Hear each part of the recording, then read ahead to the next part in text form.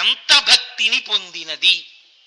ఇప్పుడు అది భక్తి పొందినది అనడానికి అది విభూతి పిండికట్లు ఎట్టుకుందండి, అది బొట్టెట్టుకుందండి, అది అమ్మవారి పాదాల దగ్గరికి వచ్చి పడుకుందండి.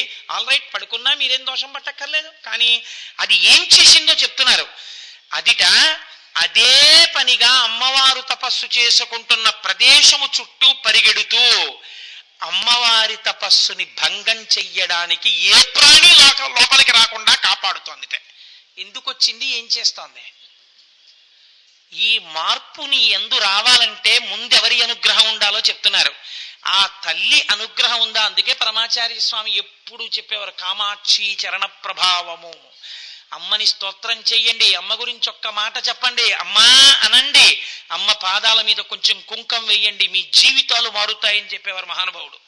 కాబట్టి ఇప్పుడు అది దుష్ట సత్తంబులకు కాని దుర్మతులకు గాని ఎర్రెత్తి చూచుటకే నివలనుగాక యుండెను జగదీశు కాంత ఎదుట కడగి షడ్డూల రాజంబు కాపుగొనుచు. జగదీశ్వరుడికి ఇల్లాల్ని దుష్టులైనటువంటి వాళ్ళు, దుష్టసత్వం ఉన్నటువంటి వాళ్ళు వచ్చి ఏమైనా చేస్తారేమో అని కాపు కాస్తూ చుట్టూ తిరుగుతోందిట.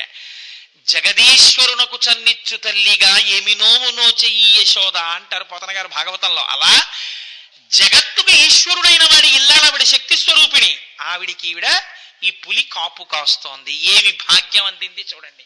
ఏ పూజ చేసి అలా చూసి, ఈశ్వరుడు 2 నేత్రములు నీకిచ్చాడు, నేను ఎప్పుడైనా చూశానా అంత ఆర్తితో, అమ్మా నువ్వు రక్షకురాలివమ్మా, నా వంకలా చూడమ్మా అని శంకరాచార్యులు వారు నాకలా సంస్కృత శ్లోకం చెప్పడం రాదని మహానుభావుడు నేను అన్న మాట నేను చెప్పవలసిన అవసరం లేకుండా, ఆయనకు అవసరం లేకపోయినా మా అపి నన్ను కూడా అంటూ శ్లోక రచన చేశారే జగద్గురువులై ఔదార్యంతో. ఎవడు చదివితే వాడికి ఆ శ్లోకం అనుగ్రహించేటట్టుగాను. చూడడం కూడా చేత కాకపోతే అమ్మవారి దగ్గరికి వెళ్ళి కనీసం నువ్వు పూజ చెయ్యక్కర్లా, ఆవిడ అమ్మవారన్న భావనతో నువ్వు కూర్చుని చూడడానికి కళ్ళిచ్చాడే.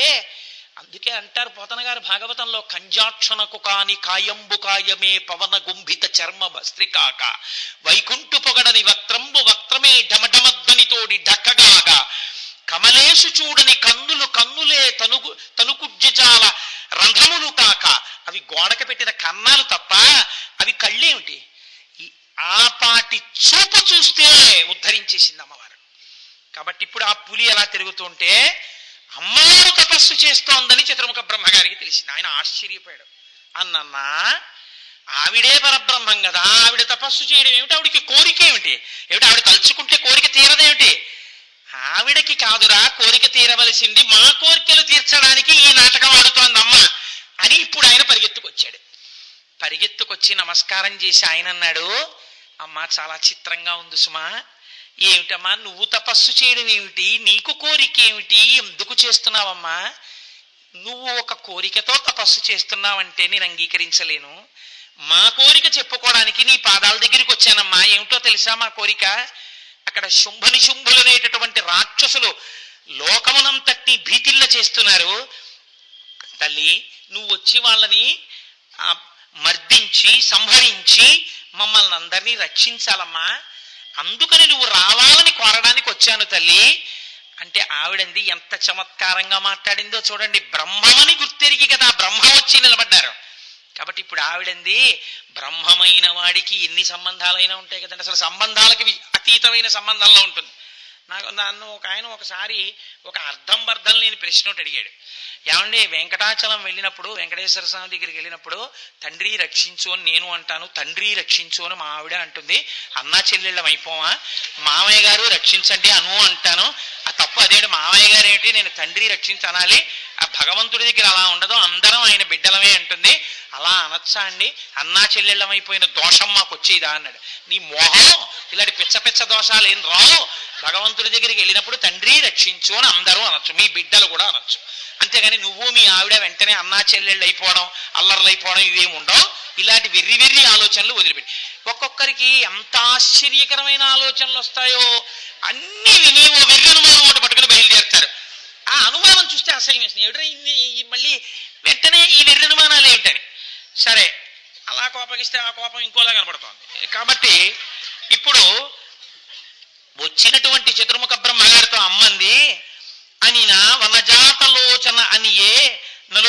ఆది సర్గంబునన్ పరమాత్మ శివుడు నిన్ను సృజించుటం చేసి నీవు నాకు సుతుడవై చెలువొందెద వతుల తేజ. ఓ అపారమైనటువంటి తేజస్సు కలిగినటువంటి చతుర్ముఖ బ్రహ్మ, ఈ సృష్టి చెయ్యాలి అన్న సంకల్పం కలగగానే నా భర్త అయినటువంటి శంకరుడు నిన్ను మొట్టమొదట సృష్టి చేశాడు. కాబట్టి నువ్వు నాకేమవుతావు? నాకు కొడుకు అవుతావు. ఆయన చేత సృష్టింపబడ్డవాడివి కనుక నాకు కూడా కొడుకువే. కాబట్టి నీకు నేను అమ్మని. అంటే బ్రహ్మము అని కదండి అన్నాడు.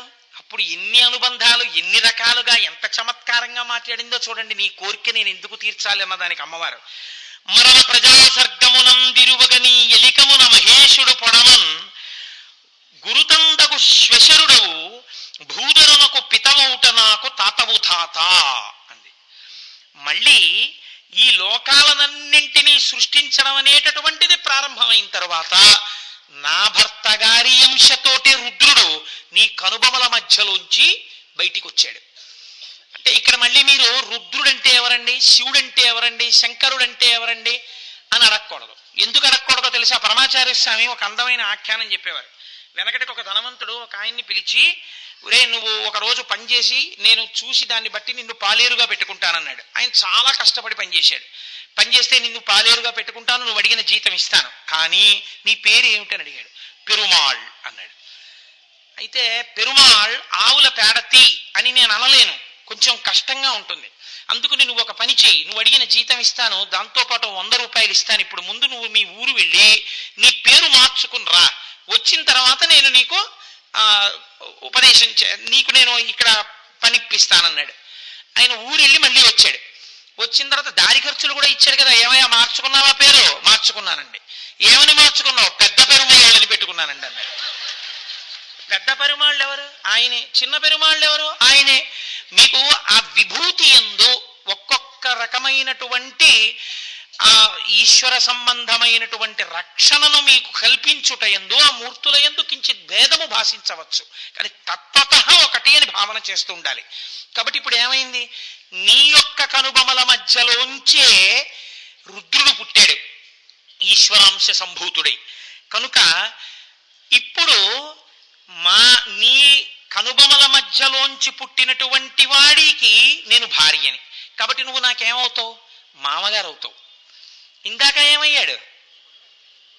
మర్చిపోయారు అప్పుడే. ఇందాక ఏమయ్యాడు? బ్రహ్మగారు కొడుకు అయ్యాడు. ఇప్పుడేమయ్యాడు? మామగారు అయ్యాడు. గురుతంతకు శ్వశురుడవు భూధరునకు పితవౌట నాకు తాతవు ధాత. నేనెవరికి కూతురిని? పర్వతరాజపుత్రి పార్వతిని. ఈ పర్వతాలన్నీ ఎవరి బిడ్డలుగా చెప్పబడుతున్నాయి? చతుర్ముఖ బ్రహ్మ యొక్క సృష్టిలోంచి వచ్చాయి. కాబట్టి మా నాన్నగారికి నువ్వు నాన్నగారివి. కాబట్టి ధాత, నువ్వు నాకు తాత, నువ్వు నాకు తాతవి. కాబట్టి నువ్వు నాకు తాతవి, నువ్వు నాకు కొడుకువి, నువ్వు నాకు మామగారివి. అసలు శంకరాచార్యులు అయితే ఇంకా చిత్రంగా మృణాళీ మృద్వీనాం తవ భుజలతానాం చతసృణాం అన్నారు. ఈయన పద్మంలో కూర్చుంటాడు, ఆవిడ చేతులు పద్మాల్లో ఉంటాయి. ఈ సంబంధంతో 4 చేతులతో 4 తలకాయలు కాపాడింది. మళ్ళీ వచ్చిన కేభ్యస్సంత్రస్సన్, మళ్ళీ 5వ తలకాయ గిల్లేయకుండా అన్నారు. కాబట్టి ఎవరి దృష్టికోణంలో వాళ్ళు అనుభవించి ఆనందించారు. ఈ మాటలు చెప్పి అమ్మవారిని ఆ శుంభనిశుంభుల యొక్క సంహారం కోసమని ఒక రూపాన్ని ఇమ్మని చతుర్ముఖ బ్రహ్మగారు అడిగారు. ఆ తల్లే కదండి అజాయమానో బహుధా విజాయితే, ఒక రూపాన్ని స్వీకరించాలి. ఇప్పుడు ఆవిడందిట అని అజుడభ్యర్థింప దుహినగిరి సుత చర్మకోశమెలమి విడి రయంబున కనక కేతకీ సుమ కన రయంబున కనక కేతకీ సుమ కన దుత్తమ గౌరీ నికాంబలరెన్. ఆవిడ బంగారు రంగులో ఉండేటటువంటి ఆ కేతకీ పుష్పం అంటామే, దాన్ని తెలుగులో ఏమంటారన్నది నేను వెంటనే మర్చిపోయాను. ఆ మొగలి పువ్వు, ఆ బంగారు రంగులో ఉండేటటువంటి మొగలి పువ్వు ఎలా ఉంటుందో అటువంటి రంగుతో తెలుపు, పసుపు, ఎరుపులతో కూడినటువంటి రంగులోకి అమ్మవారు మారిపోయింది. ఇప్పుడు అపారమైనటువంటి కాంతి, గౌరవర్ణమును పొందింది కాబట్టి గౌరీ అని పిలిచారు.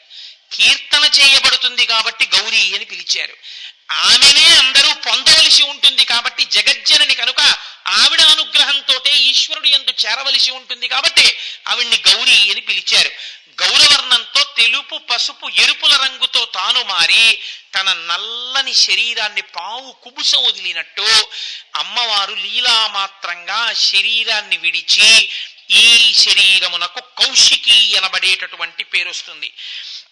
మేలిమి బంగరు వలువలు మెరయుదాని సుందరీ తిలకంబు చొక్కుదాని పురుష స్పర్శ నిరుగని పువ్వుబోని అంబయిడి దేవ కార్యార్థమజునకపుడు. అప్పుడు అమ్మవారు అంతకము బంగారు రంగుతో ఉండేటటువంటి వస్త్రములు కట్టుకున్నదాన్ని, చక్కటి తిలకం పెట్టుకున్నదాన్ని, ఇతపూర్వం పురుష స్పర్శ లేనిదాన్ని, అంబయిడే దేవకార్యార్థమజునకపుడు. ఇప్పుడు మీకొక్క విషయం అవగతం కావాలి. ఇదే శంకరుడు తర్వాత చెప్తాడు. కాముని బాణముల చేత జరిగిన సృష్టి కాదు వారిద్దరి మధ్యది. అది లీలామాత్రంగా వాళ్ళిద్దరూ కలిసి కామేశ్వరుడై ఆ తల్లి లోపల మనస్సు యందు కదిలితే ఈ సృష్టిగా పరిణమించింది. కనుక ఇప్పుడు ఆవిడ కౌశికి అన్న పేరుతో ఆ నల్లటి శరీరాన్ని ఇచ్చి ఈవిడ వచ్చి శుంభనిశుంభుల సంహారం చేస్తుందని చతుర్ముఖ బ్రహ్మగారి యొక్క కోర్కెని తీర్చింది. ఇప్పుడు ఈ కౌశికి వెళ్ళి ఆ సంహారమును పూర్తి చేసింది శుంభనిశుంభుల్ని. తల్లికి జోత చేసి ప్రమదంబున నాభ అనుజ్ఞ కౌశికీ హల్లక పాణి రక్కసులనంతము చేయగపూని ధాతతో పెళ్ళుగ వింజశైల వరవృద్ధిని చేరా అజుండు పేర్మి సంధిల్లగ ఒక్క సింగమును దేవికి వాహనమిచ్చమచ్చిగన్. ఆ కౌశికీ రూపంతో అమ్మవారు శుంభనిశుంభుల్ని పరిమార్చిన తరువాత ఆవిడ వింధ్య పర్వతం మీద కూర్చునుంది, వింధ్యవాసిని. ఆ సమయంలో మహానుభావుడు చతుర్ముఖ బ్రహ్మగారు అమ్మవారికి కైమోడ్చి నమస్కరించి స్తోత్రం చేసి ఒక సింహాన్ని ఆవిడికి వాహనంగా బహూకరించారు. సింహవాహిని అన్న పేరుతో అమ్మవారు సింహవాహన అన్న పేరుతో, వింధ్యవాసిని అన్న పేరుతో ఆ కౌశికి మననందరినీ రక్షించడం కోసమని ఆ వింధ్య పర్వతం మీద వేంచేసి ఉన్నది. ఇప్పుడు ఈ తల్లి గౌరవర్ణమును పొందినటువంటి గౌరి ఈ వ్యాఘ్రమును కూడా వెంట పెట్టుకుని మందర పర్వతం దగ్గరికి వెళ్ళింది, పరమశివుడి దగ్గరికి. ఆయన చూసి ఎంతో సంతోషించాడు. పార్వతి, నీకు తెలియదా అసలు నేను ఎందుకన్నా నా మాట అన్న రహస్యం నీకు ఇప్పుడు అర్థమైంది. ఈ శరీరాన్ని విడిచిపెట్టి దీనితో రాక్షస సంహారం జరగాలి. ఇప్పుడు నువ్వు తెలుపు పసుపు ఎరుపుల వర్ణంతో నాకు ప్రీతి పొందడం కోసమని, నేను ప్రీతిని పొందడం కోసమని నువ్వు అటువంటి శరీరంతో వచ్చి పక్కన కూర్చోవడం చేత లోకమునకు ఒక కొత్త మర్యాద ఏర్పడాలి. ఏమిటది? విద్యవని వబ్జముఖి వేద్యంబగు జ్ఞానమేను విశ్వంబంది విద్యా విద్యాత్ములమై హృద్యగతిన్ వెలయుచుందు ఎడబాటులెటులో. ఇదే కాళిదాస మహాకవి వాగర్ధ వివ సంపృక్తం వాగర్ధ ప్రతిపత్తయే జగత పితరవు వందే పార్వతీ పరమేశ్వరవు అన్నారు. నీవు వాక్యము, నీవు విద్య, నేను ఆ విద్య చేత ప్రతిపాదింపబడేటటువంటి జ్ఞానమును. విద్య జ్ఞానము రెండు ఎలా విడివడి ఉండవో అలా నువ్వు నేను ఎప్పుడూ కలిసే ఉంటాం. మనమిద్దరం అలా విడిపోవడం అన్నది ఉందా? మనమిద్దరం అగ్ని సోమాత్మకంగా ఉంటాం. నువ్వు సోమాత్మకంగా ఉంటావు, నేను అగ్నిస్వరూపంగా ఉంటాను. నేను ఊర్ధ్వముఖమైనటువంటి ప్రయాణము నాది.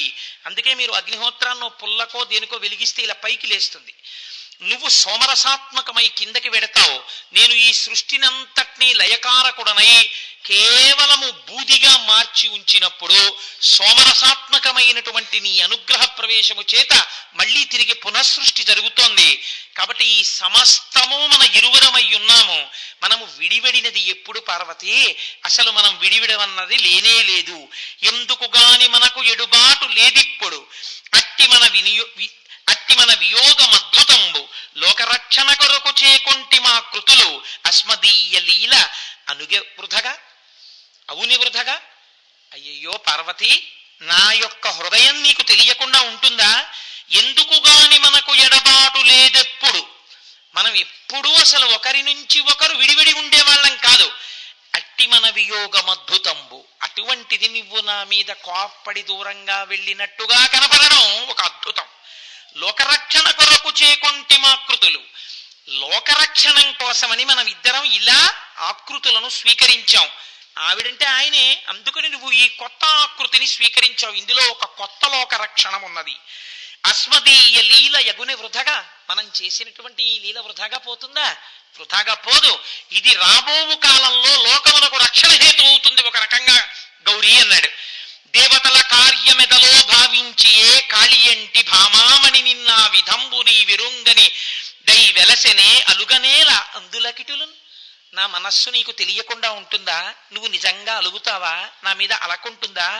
దేవతల కార్యం తీర్చడం కోసమని మనం ఇటువంటి పని చేశాం.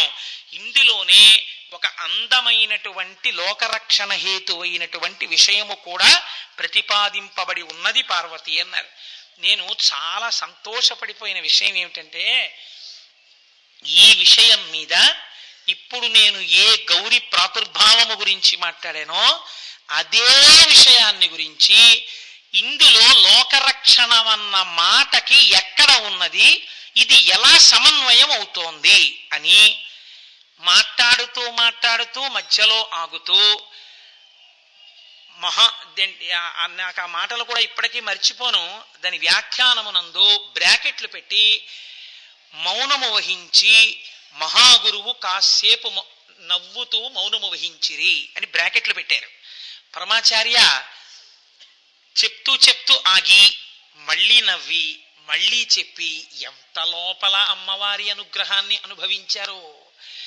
ఆయన అన్నారు, ఇదేమిటో తెలుసా, ప్రత్యేకించి ఆంధ్రదేశమునందు తమిళ దేశమునందు ఒక అలవాటు ఉంది. మనం పెళ్లి చేస్తే ముందు ఆడపిల్ల ఏది చెయ్యాలి అంటే గౌరీ పూజ చెయ్యాలి. గౌరీ పూజ ఎందుకు చెయ్యాలి? గౌరీ పూజ చెయ్యడం వెనకాతల ఒక రహస్యం ఉంటుంది. అన్ని అమ్మవారి స్వరూపాలే. నేను ఒకరిని తక్కువ చెయ్యడం లేకపోతే ఒకటి ఎక్కువ చెయ్యడం నా ప్రయోజనం కాదు. నేను అలా మాట్లాడితే ఇంకా నేను ఇలా చెప్పడానికి అనర్హుణ్ణి. నేను మొదటి నుంచి ఇదే ప్రతిపాదన చేస్తున్నాను. కైలాసే పార్వతీత్వం చ క్షీరోదే సింధు కన్యకా స్వర్గే చ సర్గలక్ష్మిస్తం మర్చలక్ష్మిశ్చ భూతలే వైకుంఠే చ మహాలక్ష్మి దేవదేవి సరస్వతి గంగా చ తులసీత్వం చ సావిత్రి బ్రహ్మలోకగా కృష్ణ ప్రాణాధిదేవీత్వం గోలోకే రాధికా స్వయం. ఆఖరికి గృహే గృహే గృహలక్ష్మి రాజ్యలక్ష్మి రాజగేహే. అంతటా ఉన్నది ఆ అమ్మ స్వరూపమే. కానీ మీరు ఒక్కటి ఆలోచించండి, మహాైశ్వర్యవంతుడై త్రిభువనముల యొక్క స్థితికర్తయై లోకపాలనము చేసేటటువంటి శ్రీ మహావిష్ణువుకి ఇల్లాలిగా ఉండడం కొంత తేలిక. చతుర్ముఖ బ్రహ్మయ్యి 4 ముఖములతో వేదములు చెప్తూ చక్కగా ఎప్పుడు ఋషుల చేత స్తోత్రములు అందుకుంటూ బ్రహ్మసభ అనబడేటటువంటి సభయందు కూర్చునేటటువంటి చతుర్ముఖ బ్రహ్మగారికి ఇల్లాలిగా ఉండడం కొంత తేలిక. ఎప్పుడూ లోకం కోసమే బతుకుతూ లోకాన్ని రక్షిస్తూ ఎప్పుడెప్పుడు ఆపదొచ్చినా కంటే జగముల దుఃఖము వింటే జలజనిత విషపు వేడిమి ప్రభువుంటకు ఆర్తుల ఆపద గెంటించుట దానఫలము దానం కీర్తి మృగాక్షి. మనం అమ్మా నాన్నలం విషం తాగేయద్దు అని హాలాహలం తాగడానికి కూడా సిద్ధపడిపోయేటటువంటి వాడు, ఏమీ అక్కర్లేదని ఓ ఏనుగుతోలు కట్టుకునేవాడు, ఓ పులితోలు ఉత్తరీయంగా వేసుకునేవాడు, పునుకల మాల మెళ్ళో వేసుకునేవాడు, చేతకాక వేసుకోలేదండి. బ్రహ్మమస్తకావలి నిబద్ధతే నమశివాయ అన్నారు శంకరాచార్యుల వారు. సృష్టి వెళ్ళిపోయినప్పుడల్లా పోన్లేరా లోకం అంతా వెళ్ళిపోయింది, బొత్తిగా పాపం సృష్టి చేసిన బ్రహ్మగారు కూడా వెళ్ళిపోవడం ఏమిటండి, ఒక్కొక్క పుర్రె తీసి మెళ్ళో వేసుకున్నాడు. ఎన్ని పుర్రెలు అయ్యాయో అంటే ఎంతమంది బ్రహ్మలు అయ్యారో. స్వామి మాత్రం అలా సాక్షిగా ఉండిపోయాడు శంకరుడు. కాబట్టి ఇంతటి పావనమూర్తే లోకం కోసం ప్రవర్తించేటటువంటి స్వభావం ఉన్నవాడే. నాకు అన్నది ఆయనకి తెలియదు కదా. తల్లిదండ్రులు అన్నటువంటి వారు ఏది చేసినా పిల్లల కోసమే తప్ప వాళ్ళ కోసం అని ఉండదు. ఇటువంటి పెద్ద మనిషికి ఇల్లాలిగా ఉండడం చాలా కష్టం. ఎప్పుడూ ఆయన మనస్సుకి ప్రీతిగా ప్రవర్తించాలి. శంకరాచార్యులు వారు ఒక చోట అన్యాపదేశంగా దెప్పి పొడిచారని అనుకుంటాను నేను. ఎందుచేత శంకరుడికి వంట చేసి పెట్టడంలో కానీ కొంచెం ఆలస్యం అయిందనుకోండి, ఆయన ఏం బెంగెట్టుకోడు. గభాలం ఒక కపాలం పట్టుకుని పక్కింటికి వెళ్ళి భవతి భిక్షాందేహి అంటాడు. ఆది భిక్షు అదేమిటండి అంటే ఆవిడ వంట ఉండలేదని కదండి దాని అర్థం. కాబట్టి ఆవిడ తాంబూల చర్వణం చేస్తోందంటే ఏమిటి అర్థం? ముందు ఇంటి యజమాని భోజనం అయిపోయిందని గుర్తు కదండి. లేకపోతే ఆవిడ భోజనం చేసి ఆవిడ తాంబూలం ఎందుకు వేసుకుంటుంది? కాబట్టి ముందు ఆయన భోజనం చూసేసి కంటికి రెప్పలా చూసుకోవాలి, తన గురించి తానేం పట్టించుకోడు. ఇలా అనువర్తించి భర్త ప్రీతి కొరకు మహాపాతివ్రత్యంతో ఉండగలగడం చాలా కష్టమైన విషయం. అంతటి పాతివ్రత్యం ఎంత పాతివ్రత్యాన్ని చూపించిందండి తల్లి. ఏ చెరుకు విల్లు చేతిలో పట్టుకుని బాణాలు వేస్తే కాముడు సాధించలేకపోయాడో ఆ చెరుకు విల్లు తాను పట్టుకుని ఇలా కూర్చునేవాణ్ణి సంసారంలోకి తీసుకొచ్చి మన కోసమని సింహాసనం మీద కూర్చోబెట్టింది. ఏమి తల్లి, ఏమి అనురాగం! ఇటు బిడ్డలకి తండ్రిని కూర్చోబెట్టింది, అటు ఈ సృష్టినంతటినీ చేసి మళ్ళీ ఆవిడ అనుగ్రహంతో ఆయనలో కలుపుతోంది. ఏకకాలమునందు చేస్తోంది ఆ తల్లి. ఇంతటి పాతివ్రత్యం ఎంత కష్టం! కాబట్టమ్మా, నువ్వు శంకరుడు ఒక్కనాడు నిన్ను కాళీ అన్నందుకే మంచం మించి దూకేసి తపస్సు చేసి ఆ నల్ల రంగుతో ఉన్న శరీరం వదిలేసి, లోక కళ్యాణ కారణం ఏదైనా కానీ, నువ్వు తెలుపు పసుపు ఎరుపు రంగులతో కూడినటువంటి శరీరముతో స్వామి మనసు గెలుచుకుని పక్కన కూర్చున్నావే. నేను కూడా అమ్మా ఇప్పుడు ఒకరికి ఇల్లాలినవడం కోసమని పీటల మీదకి వెడుతున్నాను. నాకు కూడా సర్వకాలములయందు కష్టం వచ్చినా సుఖం వచ్చినా భార్య భర్తకు విశ్రాంతి స్థానము కనుక కాలు పెట్టినతోనే కాంతుని మెడవిర్చి నిండు సంసారం బురిండు చేసి తన మగడెంత ఆర్జనపరుడైన పొరుగు పుల్లమ్మ కాపురము మెచ్చి ప్రాణేశుడొకటి సల్పగతానొకటి సల్పి అది ఏమనంగా కస్సుమనుచు లేచి విభుగందులకు నేని విసిగి ఒక్కటి అన పెళ్ళు పెళ్ళున 10,000 గుప్పి పట్టజాలక పెనిమిటి ఇట్టెయన్న బావికిని ఏటికిని వడి పరువులెట్టెడి కాంతతోడి కాపురము కంటే వేరే నరకంబు కలదే. ఎక్కడదన్నది వదిలేయండి, ఇంత పవిత్రమైన వేదిక మీద నాకు అది చెప్పడం ఇష్టం లేదు. అలా ఉండకుండా ఉండడం కోసమని భర్తకి విశ్రాంతి స్థానము కనుక ఆమె యందు అటువంటి బలం రావాలని సన్నికళ్ళు తొక్కిస్తారు. ఇది ఎలా పడుందో అలా నువ్వు కూడా అన్నిటినీ గట్టి మనస్సుతో పెట్టుకోవాలి.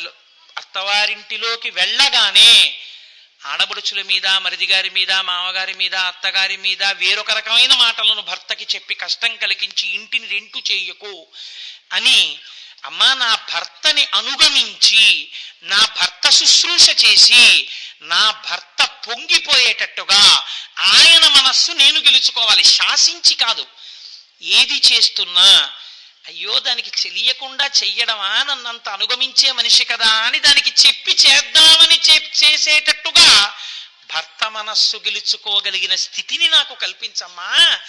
నేను కూడా నా భర్త చేత అంతటి అనురాగమును పొందెదనుగాక అని మనం పెళ్లిపీటల మీద కూర్చునే ముందు పూజ చెయ్యడానికి మనకి ఇప్పుడు ఒక మంచి అవకాశం దొరికింది, ఈ గౌరీ పూజ చెయ్యడానికి. ఏ అమ్మా నీకంత కోరికుంటే సనాతన దంపతులే మీ ఇద్దరు, నువ్వు ఎలా ఐదోతనాన్ని కోరుకుంటావో, నువ్వెలా పసుపు కుంకం కోరుకుంటావో, నువ్వెలా సువాసిని అర్చన ప్రీత అనిపించుకుంటున్నావో, అలాగే నేను ఒకరింటికి వెళ్ళినప్పుడు కాళ్ళకి పసుపు రాయించుకోవాలి, నేను పెళ్లికెడితే ఆ కట్టబోయే మంగళసూత్రం నా మెళ్ళో పెట్టాలి, ఎవరింటికన్నా వెడితే నా లలాటమనందుకంత బొట్టు పెట్టించుకోవాలి అన్న కోరిక నాకుంటుంది. కాబట్టి వాటికి నేను దూరము కాకుండా చూడడం కూడా నీ బాధ్యతే కదమ్మా.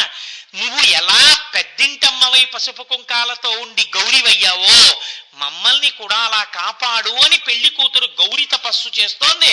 అలా గౌరిని పూజ చెయ్యడానికి అమ్మా నీకు ఉన్నట్టే ప్రేమ మాకుండాలని అడగడానికి మీకు ఒక మూర్తి దొరికింది కనుక లోకరక్షణ దాని ఎందున్నదన్నారు పరమాచార్య స్వామి. అలా ఎలా పూజ చేస్తావో కాళిదాస మహాకవి అనుసంధానం చేశారని వారికి వారు సాటండి మహానుభావుడు పరమాచార్య స్వామి అంటే.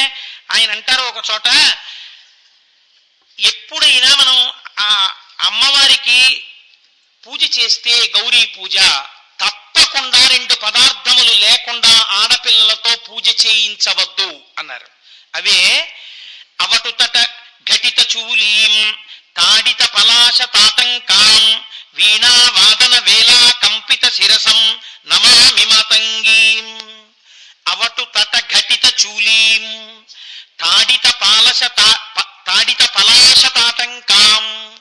అమ్మవారు తాటి చెట్టుకి ఉండేటటువంటి ఆకు యొక్క ముక్కలను తన యొక్క కర్ణాభరణములుగా ధరిస్తుందిట. అందుకే తాళ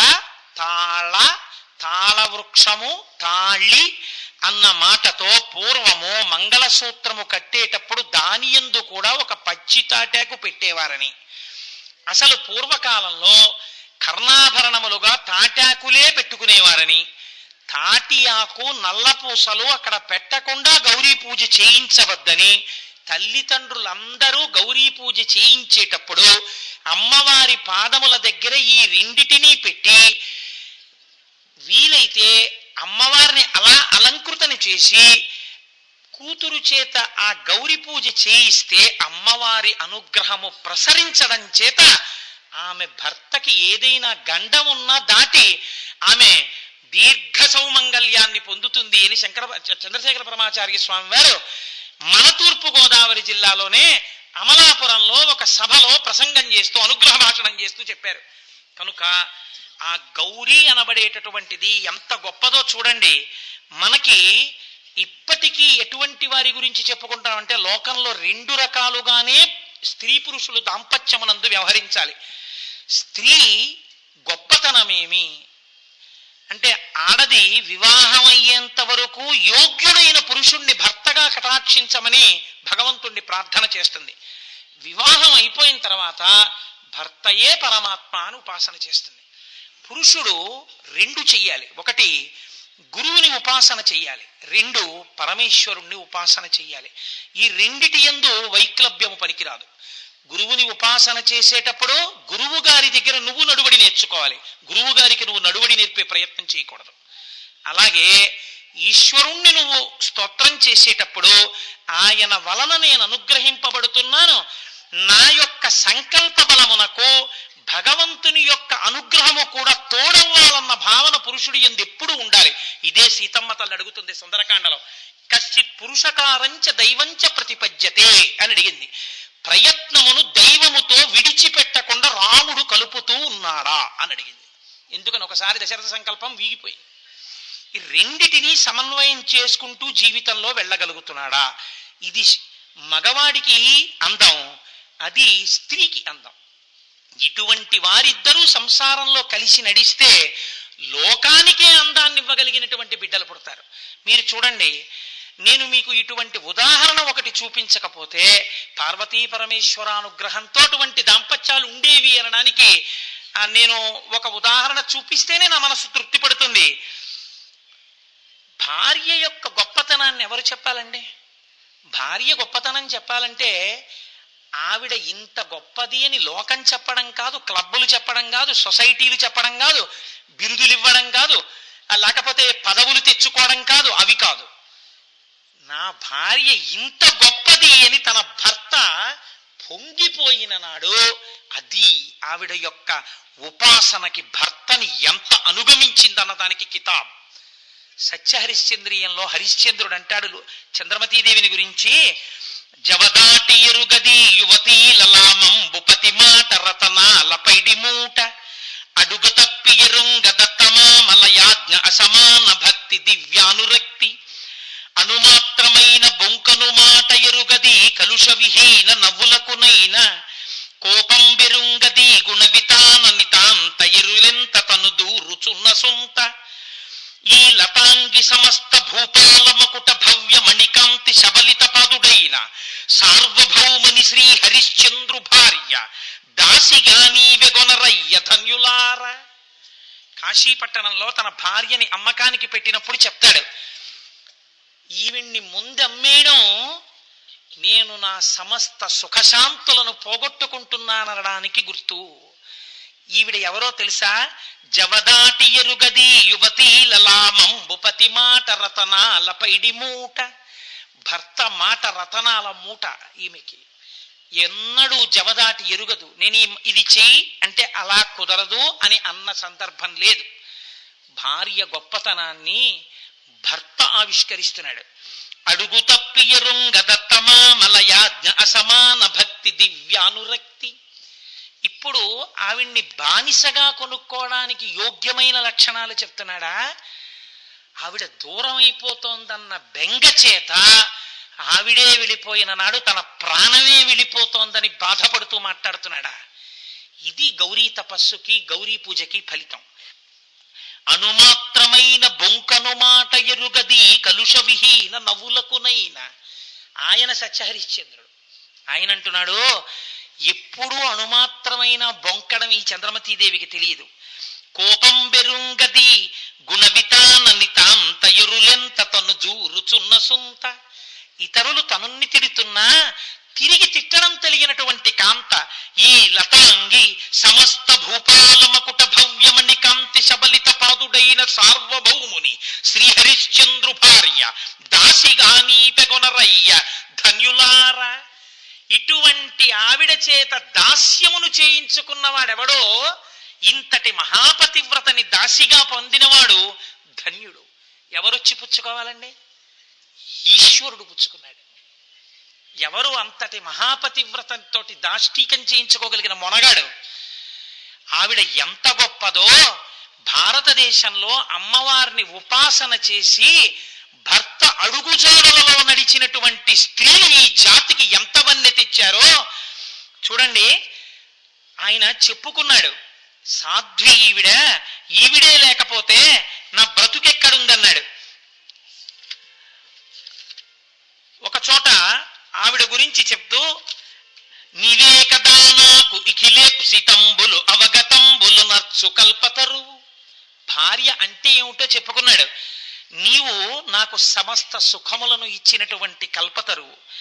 నీవు నాకు నిత్య సత్యయశంబు దరిజేర్చుచుండెడి ధైర్యలక్ష్మి. అందుకని విశ్రాంతి స్థానం అన్నారు. ఆయన ఏదో కంగారులో ఉండి బెంగతో ఉంటే ఆయన్ని సూటిపోటీ మాటలు అనమని కాదు. నాకు నిత్య సత్యయశంబు, నువ్వు నా కీర్తికి కారణం. దరిచేర్చుచుండెడి ధైర్యలక్ష్మి, నేనెప్పుడైనా మనస్సునందు కుపితుడనైతే బెంగ పెట్టుకుంటే నన్ను దరిచేర్చిన ధైర్యలక్ష్మివి. ఘోర దావానలము నుండి మమ్ము రక్షించిన మానవతివి. అరణ్యంలో అగ్నిహోత్రం వస్తే మమ్మల్ని రక్షించావు. మౌని రుణబాధ తొలగించి పరువు నిల్పిన ఎట్టి భవ్యమతివి. నిన్ను అమ్మేస్తే వచ్చిన డబ్బుతో నేను ఆ డబ్బు తిరిగి చెల్లిస్తే నన్ను రుణ విముక్తుణ్ణి చేసి నువ్వు దాసిగా వెళ్ళిపోతున్నటువంటి భవ్యమతివి. నీవే కదా నా నిధానంబు, నీవే కావే నా కుల విభూషణంబవు నలిననయన. అమరునే నాకు వేయి జన్మలకునైనా నిన్ను వంటి సతీ మణి నెలతమిన్న. 1000 జన్మలకైనా మళ్ళీ నీలాంటి భార్య దొరుకుతుందా చంద్రమతి అన్నాడు. పతిని ఉపాసన చేసినటువంటి వాళ్ళు ప్రకృతిని శాసించారండి. మన దేశంలో ఈ దేశానికి గౌరవం రావడానికి ప్రధానమైన కారణము స్త్రీలే. అరణ్యంలో వెళ్ళిపోతుంటే హరిశ్చంద్రుడు, చంద్రమతీదేవి, లోహితాస్యుడు, ఆ తర్వాత విశ్వామిత్రుని శిష్యుడు నక్షత్రకుడును అగ్నిహోత్రం అరణ్యమంతా అంటుకుంది. ఆవిడ ఏమని అడిగిందో తెలుసా అండి? నేనే పతివ్రతనైతే, హరిశ్చంద్రుడను దైవముగా నమ్మిన దాననైతే, శ్రీమన్మహాయజ్ఞమూర్తి జగజ్జాల రక్ష దిశల్లోక శిక్ష దురాలోక తేజో విరాజీ కృపాలు భవద్దివ్య చారిత్రమెన్నంగ నేనెంత దానం చురారాధ్య. నీయందు వేదంబులన్ నల్గు జన్మించుటం చేసి వేల్పుల్ జాత వేదేది నామంబులన్ భక్తి పూజించు. నీ చేత శిష్టా కర్మంబులెల్లన్ ప్రవర్తించు దేవా. నిను రాజసూయాది యజ్ఞంబులందున్ ప్రపూజించియున్నట్టి మమ్మున్ కృపన్ బ్రోవగా చెల్లునే కాని బాధింపగా న్యాయమయ్యా. ఇదే పాడి అయ్యా దయాభంగి ఏమాయే. అల్లాడు ఈ దీనులను కల్ప నీకెట్టులోనో విచారింతు నేనేల పన్నిత్య సత్యవ్రతారూఢుడవు. శ్రీ హరిశ్చంద్రు భూపాలు ఇల్లాలినే యయితియేనిన్ ప్రశస్తోరు సాధ్విత్వమే నాకు వర్తించునేనిన్. నిమేషంబులోనన్ భవజ్వాలికాజాలముంబాసి శాంతుండవై నవ్య నీహారవాత్పూరముంబోలి శైత్యంబునన్ గ్రాలవే. వీతిహోత్ర నమస్తే నమస్తే నమస్తే నమః అందావిడ. ఓ అగ్నిహోత్రుడా, నీ యందు 4 వేదములు పుట్టాయి. అటువంటి వాడివి నిన్ను తెల్లవారితే మేము రాజసూయాగాది ఈ క్రతువుల యందు ఆరాధన చేశాం. నేనే కాని హరిశ్చంద్ర భూపాలుణ్ణి పతివ్రతనై ఆయన కీర్తి ఇనుమడించడం కోసం ఉపాసన చేసిన దాననైతే ఉత్తర క్షణము ఈ అగ్నిహోత్రము చల్లబడుగాక. చల్లబడిపోయిందంతే, అగ్నిహోత్రం ఆరిపోయింది ఎక్కడదక్కడ. పాతివ్రత్యం ఎంత గొప్పదో చూడండి. ఇటువంటి దంపతులు మన దేశానికి శోభ తెచ్చారు. అదే తల్లి అయితే ఏమండి, మీరు ఆడవాళ్ళకే బోధ చేస్తున్నట్టు కనపడుతోందని మీరు అనుకోకండి. పురుషుడికి కూడా నేను ఒక మాట చెప్పాను, గురువును గౌరవించుట ఈశ్వరుని గౌరవించుట. ఈ రెండు పురుషుడి యొక్క శీలమునకు ప్రధాన హేతువులు. ఈ ఇద్దరిని అతిక్రమించి ప్రవర్తించరాదు. విశ్వామిత్రుడి మాటకి ఎంత కట్టుబడ్డాడో చూడండి. అంతేకాని ఒక్కనాడు విశ్వామిత్రుల్లో దోషం ఏదన్నా ఎంచే ప్రయత్నం మనం చేద్దామని చేయలేదు ఆయన శిష్యుడు. తన మహీరాజ్యమంతయు గాధిసూతినికి దానమిచ్చిన ఎట్టి ధర్మమూర్తి, నిజ యశశ్చంద్రికల్ అఖిల దిక్కుల యందు పరజల్లిన ఎట్టి సారగుణుడు, ముల్లోకములను సమ్మోదింప భేతాళు మదమడించిన విక్రమస్థిరుండు, అణుమాత్రమైన బొంకను మాట ఎరుగని అసమాన నిత్య సత్యవ్రతుండు, ఏడు దీవులనవలీల నేలినట్టి సాంద్ర కీర్తి హరిశ్చంద్ర చక్రవర్తి, బానిశీడుగ నమ్మంగబడెడుకొనుడు పౌరులార మహాధనోద్ధారులారా. ఇంత గొప్పవాడు గురువుకి రాజ్యాన్ని దానమిస్తానన్న మాటకి కట్టుబడిపోయి ఆయన నిజంగా మాతంగ కన్యల్ని వివాహం చేసుకుంటే రాజ్యం ఇచ్చేస్తానన్నా కూడా గురువు ఎందు దోషమించకుండా తన సత్యమునకు కట్టుబడి రాజ్యం ఇవ్వడానికి ఇష్టపడ్డవాడు, తన కీర్తిని 4 దిక్కుల చల్లినవాడు, ముల్లోకములను సంబోధింపచేసేటటువంటి భేతాలను యొక్క మడమడిచినటువంటి వాడు, అణుమాత్రమైన అసత్యం పలకనటువంటి వాడు, 7 దీవులను ఏలినటువంటి వాడు, సార్వభౌముడైనటువంటి వాడు సత్యహరిశ్చంద్రుడు. అందుకే ఉద్ధాన పతనములకు లొంగలేదు కొందరు పురుషులు. నలుడు మీరు చూడండి, సర్వభౌమ పదంబు శరణి మీరిన భోగి వంటల వాడవు చుబరగనేడు అని ఆ చిత్రలీయంలో అద్భుతమైనటువంటి పద్యం చెప్తూ ఆ శిశపద్యంలో మాట అంటారు. కనుసొన్న దొరల చేతన యాజ్ఞకును విభుండు వెలయవొక్కని యాజ్ఞ మెలగనేడు, భయద కోదండ పత్రముల్ వెలయగల్గిన రేడు వర్షాతపతముల మెలగనేడు. ఆ చేతిలో భయదమగు కోదండ ఖడ్గముల్ పట్టు వీరుడు గరిటయు క్రోవియు పట్టనేడు, విపుల కేసరినక్కట పిల్లి చేసే అథమ విధమున ఇట్టి దేవి ధికృతంబు అంటారు. అయినా సరే లెక్క పెట్టకుండా ధర్మానికి కట్టుబడ్డాడు నలుడు. ఆ చంద్రమతీదేవి యొక్క శీలానికి పరాకాష్ఠ ఏమిటో తెలుసా అండి? మీకు తెలియని కథ కాదు. కొడుకు చచ్చిపోయాడు, శవాన్ని వల్లకాటికి తీసుకొస్తే కాటికాపరిగా తన భర్త ఉన్నాడు. దళమౌ పయ్యదలోనా అన్నాడు. నీ పయ్యదలో మంగళసూత్రం కనపడుతోంది, ఏ వెలకైనన్ అమ్మి, ఎక్కడో అక్కడ ఏ వెలకో అమ్మి కాటి సుంకం కట్టన్నాడు. వశిష్ఠుడి వరం, నా తాళిబొట్టు నీకు కనపడిందంటే నువ్వు నా భర్తవి అని ఆవిడ ఏడ్చింది మొగుణ్ణి చూసి. ఎందుకు ఏడ్చిందో తెలుసా అండి? ఊరే నువ్వు నన్ను నమ్మేశావు, కొడుకు చచ్చిపోయాడు, ఇంకా ధర్మం ధర్మం సత్యం సత్యం అని చెప్పి తాళిబొట్టు అమ్మి డబ్బు తెమ్మంటున్నావా? ఏమి నీ భర్తృత్వం అని ఏడవలేదు ఆవిడ. ఎందుకు ఏడ్చిందో తెలుసా అండి?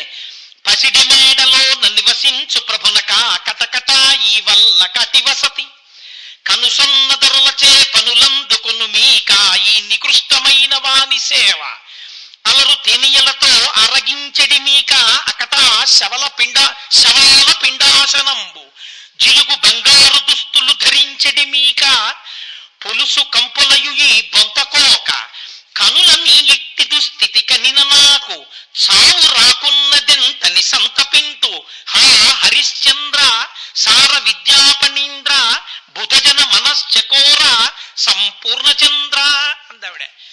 మహానుభావ, బంగారు మేడలలో తిరిగేటటువంటి వాడివి వల్లకాటిలో నించున్నావా? దొరల చేత ఇలా కనుసైగ చేస్తే పనులు చేయించుకునేటటువంటి వాడివి వల్లకాటిలో సగం కాలిన శవాలు పైకి లేస్తే కురివితో కొట్టి పడగొడుతున్నావా? తేనీయలతో కూడిన భోజనాలు చేసేటటువంటి వాడివి శవాలకి పెట్టినటువంటి పిండాలు ఏరుకుని తింటున్నావా? బంగారు దుస్తులు ధరించేటటువంటి నువ్వు ఒక చింకి బొంత కోక కట్టుకుని ఒక కల్లుకుండా యజమానికి పట్టుకెళ్ళడానికి భుజం మీద పెట్టుకుని నడుస్తున్నావా? కుడి చేతిలో రాజదండం పట్టుకున్న వాడివి ఒక కొరివి పట్టుకున్నావా? సగం కాలిన శవాలు మళ్ళీ కాలేటట్టుగా చెయ్యడానికి. కనుల మీ ఇట్టి దుస్థితి కనిన నాకు, ఈ దుస్థితి చూసి కూడా నేను ఎందుకు చచ్చిపోలేదని ఏడుస్తున్నానయా. హరిశ్చంద్ర భూపాల సరవిద్యా ప్రవీణ సరవిద్యా పణీంద్ర బుధజన మనశ్చకోర సంపూర్ణ చంద్ర. ఇది భర్తని అనుగమించడం అంటే. కష్టం వచ్చినప్పుడు భర్త ధర్మానికి ఆలంబనమై నిలబడ్డారు. చూడండి, ఆవిడ్ని ఆవిడ మీద దొంగతనం మోపబడింది. ఎంత పరీక్ష పెట్టాడండి విశ్వామిత్రుడు. చంపేయడానికి హరిశ్చంద్రుణ్ణి నియోగించారు. ఏ హరిశ్చంద్రుడు? నా కోరికలను తీర్చిన కల్పలతవు అని చెప్పుకున్నాడు. 1000 జన్మలకునైన నీ వంటి భార్య దొరుకుతుందా అని చెప్పుకున్నాడు. అలాంటి హరిశ్చంద్రుడు తన చేతి కత్తితో తానే చంపేస్తున్నాడు భార్యని. ఆవిడ ఆఖరి ప్రార్థన ఏదైనా ఉంటే ఈశ్వరుడికి చెప్పుకో అన్నాడు. ఎంత ధైర్యమో చూడండి. నిజంగా సత్యమునందు ఇదండి ఈ జాతి వారసత్వం. ఈ జాతికి ప్రాజెక్టులు, లేకపోతే వైభవాలు, పరిపాలనలు, బిరుదులు, నాకు ఇంకా వ్యగ్రత కలుగుతుంది. ఇవన్నీ ఈ జాతి గొప్పతనాలకు. ఈ జాతి గొప్పతనం ఏమైనా ఉంటే ఇదొక్కటే.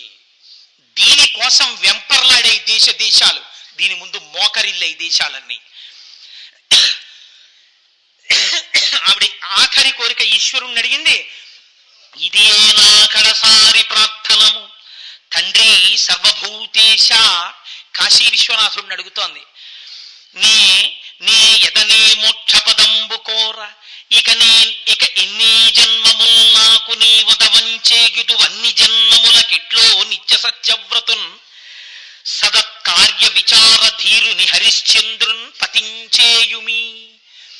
ఈశ్వరుణ్ణి ఆవిడ అడిగింది. కాశీలో చచ్చిపోయిన వాడికి మోక్షం.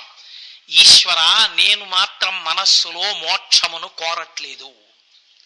మోక్షం కోసం అందరూ కాశీ పరిగెడితే నాకు మోక్షమిమ్మని విశ్వనాథ మిమ్మల్ని నేను అడగట్లేదు. నాకేం కావాలో తెలుసా? నాకు ఎన్ని వేల జన్మలైనా రాని, నాకు కావలసింది ఒక్కటే. ఏమిటో తెలుసా? నాకు కావలసింది సదత్కార్య విచారధీరుని హరిశ్చంద్రున్ పతించేయుమి.